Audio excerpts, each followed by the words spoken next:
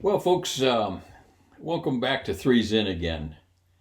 I've got some errands to take care of, but it's sometimes it's just too hard to walk by this computer and not want to sit down and tell you a short story or two.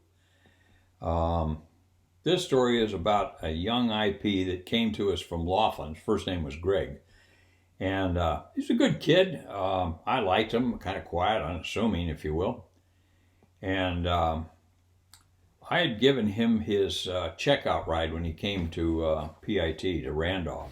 Took him out on a local contact ride, and he did fine. There was no problems until we got back to the pattern.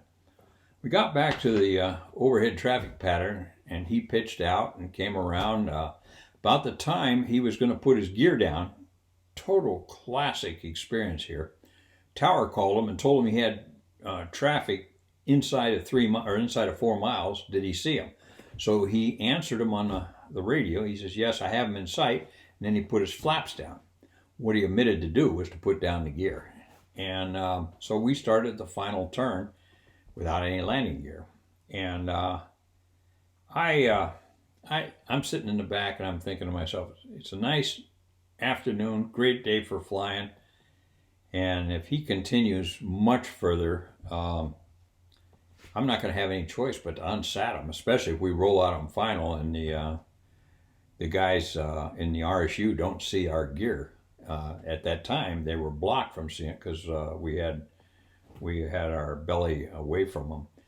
So I said, "Hey, Greg," I said, "Are you open for a little bit of counseling, if you will?" He says, "Yes, sir, no problem." I said, "Well," I said, "you'll find your career here at Randolph is going to go a lot smoother if you put the gear down before you land." He goes, "Oh shit." He reaches out and slams the gear down.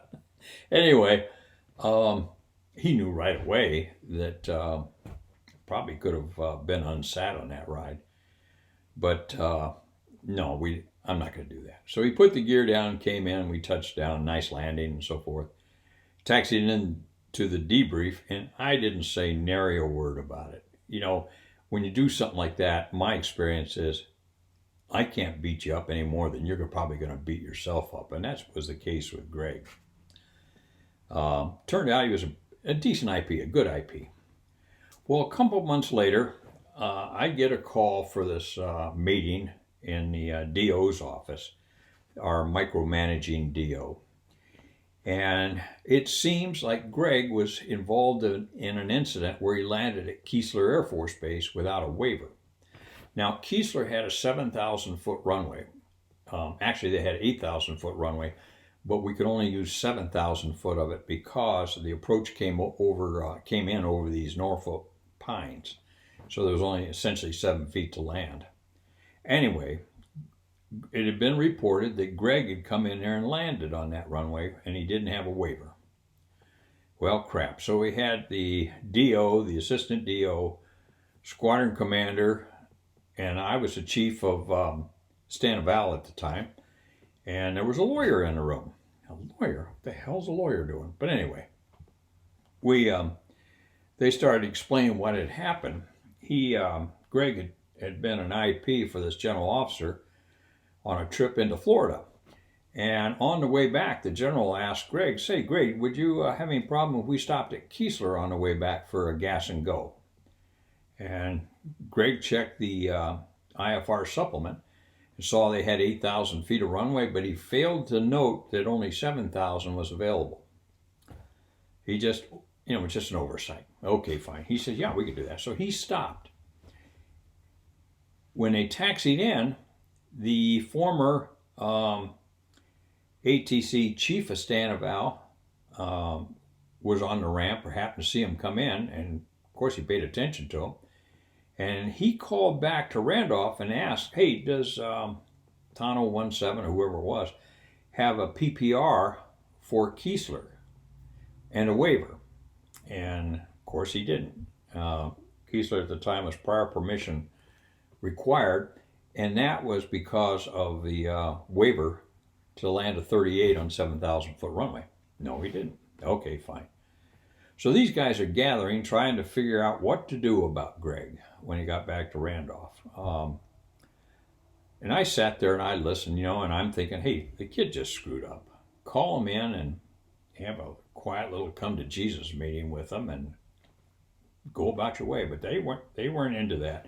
And I think it had to do with the fact that the senior officer had called in from command or called through the command structure and it came downhill. And all these guys felt now that eyes were on them to do something to Greg, to teach him a lesson. Okay, fine. So I sat in there and I listened to him going around the room, and I didn't say a thing. I just sat there and listened to him discuss it. And they were talking about all kinds of nasty things, everything from an Article 15 non-judicial punishment to a letter of reprimand to just ugly things, And so finally, somebody said, "Bob, you've been awful quiet. What are your thoughts?" And I said, "Well," I said, "sitting here listening to you guys talk," I said, "one would think that Greg is kind of our lowest common denominator here at the base." I let them stew in that for a moment, and they said, "Yeah, kind of, maybe." And I said, "Well, the very fact that he was able to get into Keesler without smoking the brakes or any other incident," I said, "maybe we ought to just look at removing that restriction." Well, as you might imagine, they moved on to the next guy and just kind of let that slide. But be that as it may, I think they grounded Greg for about 2 weeks for him to pay penance, and then he went about his business. I always liked the kid, and I later heard he got out when his commitment was up and went to the airlines and had a relatively great career. So sometimes those kind of edicts and stuff like that used to just drive me nuts. So there you have it. See ya.